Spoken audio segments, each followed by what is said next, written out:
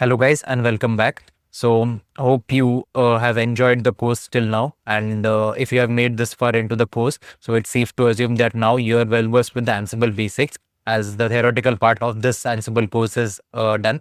And we are going to proceed with the lab exercises for the previous theoretical parts that we have gone through into my previous lectures.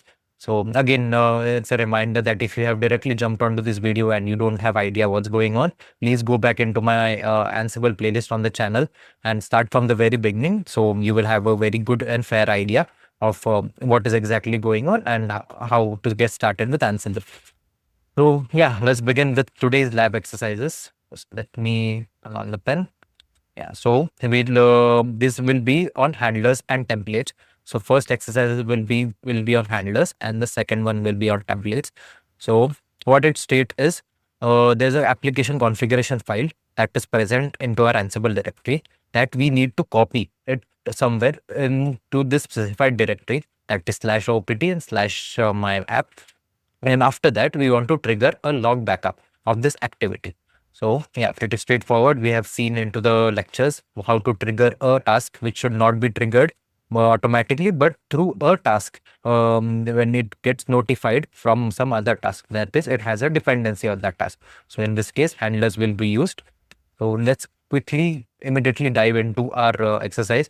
So the setup will be like previous exercise itself, like the ones we had done in our previous lab exercises. I'm using VirtualBox, and on top of that, I have deployed the Ubuntu virtual machine and have deployed Ansible on it. So I will be using the same setup, and will run the scripts on the same local host itself.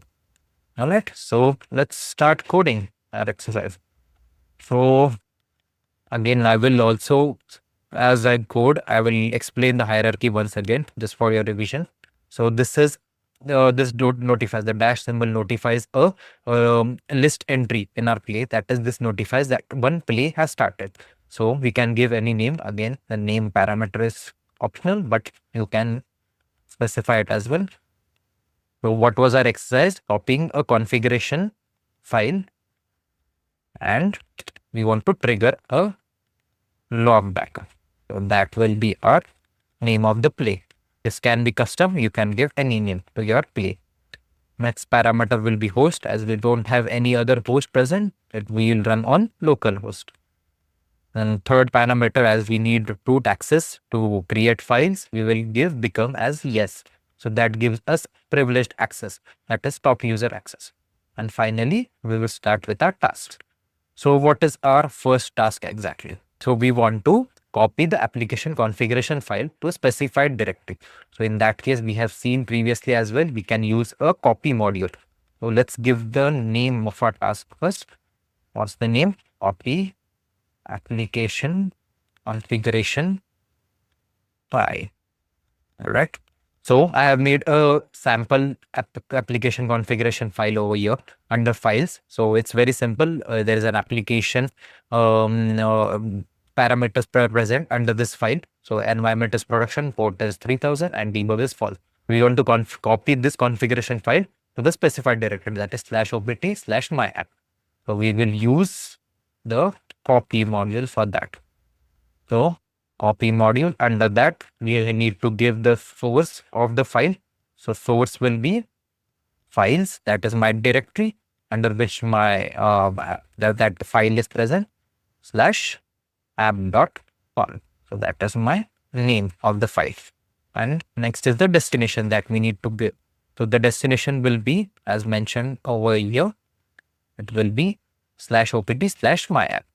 So we'll give that /opt/my app. Okay, let's give these in quote marks. And that's it. So that's our first part of the coding exercise. That is, we need to copy this file from its source to the destination. But there is one more thing that we need to add over here.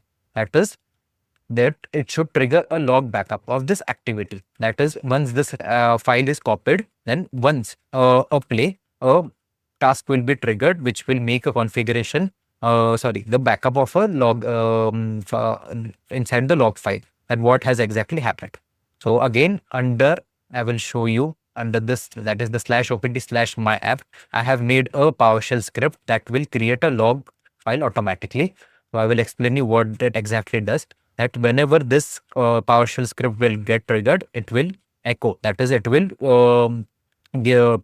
provide a command output of something that we whatever we say.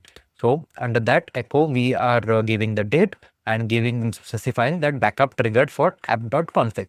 And these symbols means that it notifies that it should be saved under this backup.log file. So whatever the output of this command, that is echo date backup trigger for application.config, that will be saved under /my apps and /backup.log. So this file will automatically get created. So as you can see now in the directory, only our PowerShell script is present, and neither the application configuration is copied yet, nor the log file has been created yet. So that is supposed to happen when we run our Ansible script. So for that, we will use the handler to create the log file.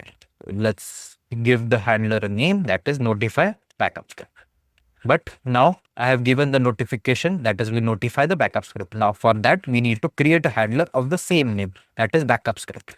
So under this, I will mention handlers. And under that, handlers is again a set of list. So we will need to mention the dash symbol. And okay, and now we need to give the same name, or else it won't get triggered. So I will give the same name, backup script. And what we need to do, we need to run the PowerShell script. So that I will use the command module and sudo access, I will run the PowerShell script. So this script is already present over there. So it should get triggered once this application file is copied over there. I will save this and quickly run this Ansible script. So the syntax will be sudo Ansible playbook.yaml. Let's run. Asking for password. I will provide that. Okay, it has started something. Something has changed. Changed means a good sign.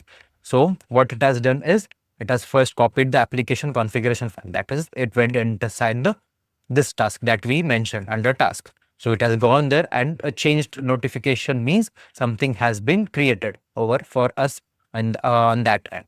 And then it has notified the backup script, and we can see that it has also ran the handler for us. That is, the backup script has been also triggered. So let's go and verify inside just visually inside a folder. So you can see now there are 3 files present. This is our PowerShell script that was run, and application configuration has been copied over here. Let's open it. Yeah, so this is the same file that I had created inside my Ansible directory. Now it has been copied over here. And if I open the backup.log, you can see there is a log file also created. So it has given the date at 6:03:05 EDT 2025 backup triggered for application configuration. You can see the date is time is same as of the log that has been created. So it's safe to assume we are done with the first task. So I will mark this as done. So we have copied the application configuration file and also triggered a log backup for it. Okay, hope you understood well enough. And this was an example of handlers. So let's move on to the second coding exercise now. So what it mentions is that display a banner on a web page showing the environment name, OS, and the host using Ansible templates.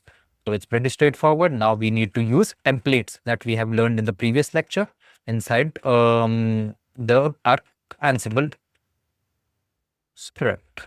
All right. So I will just quickly clear this the thing, and let's start coding fresh. Okay.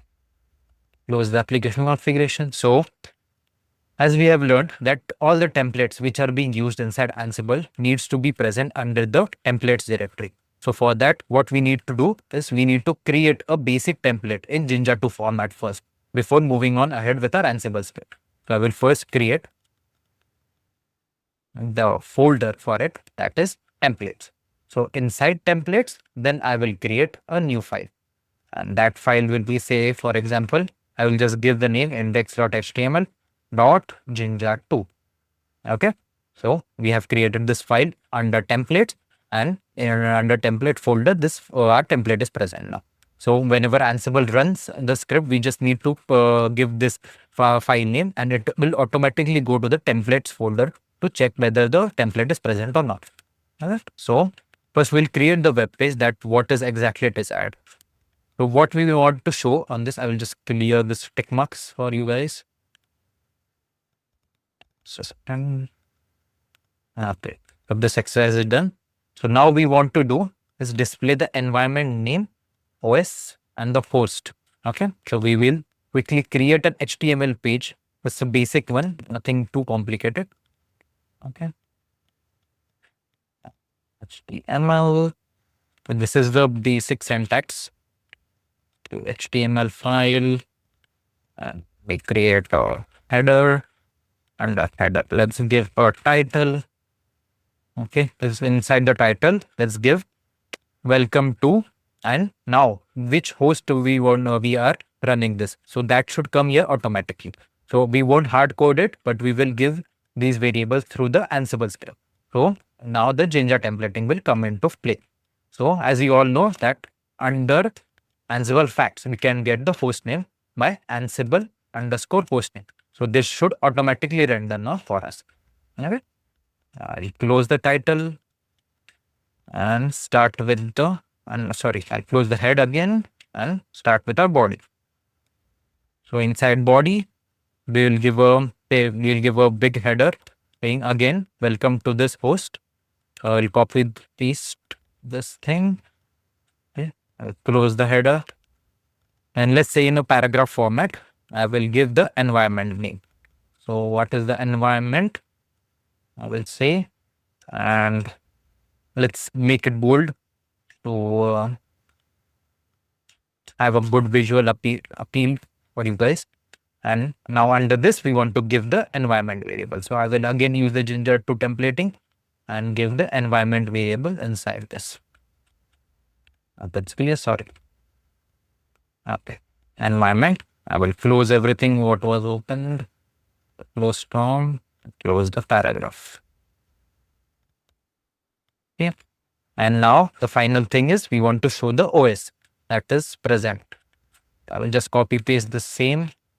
Let's replace this with OS and replace this with, now for OS, what we use is an default fact that is present is Ansible underscore distribution. So this should bring the OS for us. Okay. Now this is more than sufficient for the lab exercise. I'll close the body, close the HTML page and save it.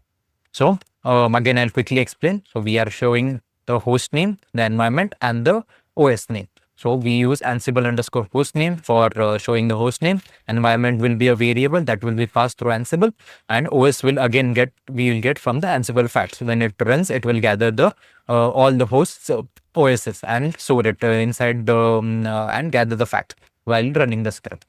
So this should work for us. So let's go back to our script and start coding our Ansible script. So again, we'll give some name. Say for example, let's show display banner. Okay, using template HTML. So this is the name of our play. Hosts, we are running on local host. Of course, we need elevated access. So we'll give it, and variables. So we need to give the environment that we have to provide. So let's make, we have mentioned an env over there. So we need to give the same environment, the same variable name over here. So let's say we are running it on production environment. Okay. And finally, we start with the task. Now, as we have learned that to use a template, we need to use the template module so that it will go ahead into the template directory and pick up the file which we mentioned. So the syntax will be, we need to give the source. Our source will be the name of the file that we have present. That is the index.html.j2. So that will be the source. I will give that file index.html.j2. And destination, say we will create this HTML file in this directory itself. So I will give the same directory and say index.html. So this will be the name of the file that will be created using our template. And let's say the owner, that is, I will give what is the username, that is OS boxes. So I will give the owner as OS boxes. So this specifies that this file is owned by this user and we can open it and have read and write access to that as well. Okay, I'll save this file. Let's go ahead and run. Now the same command, sudo ansible playbook.yaml. Let's hit enter. There's some error. Let's see what it says. Okay, so we forgot to mention a dash symbol, as tasks is a list. So we will just quickly adjust, and also we'll give a name at always also. Let's go ahead and give a name. Okay, what is the name of a task? Create a web page using template. So that will be the name of our task, annotated by a dash. And now the error will go away. Let's clear this. Sorry, a spelling mistake.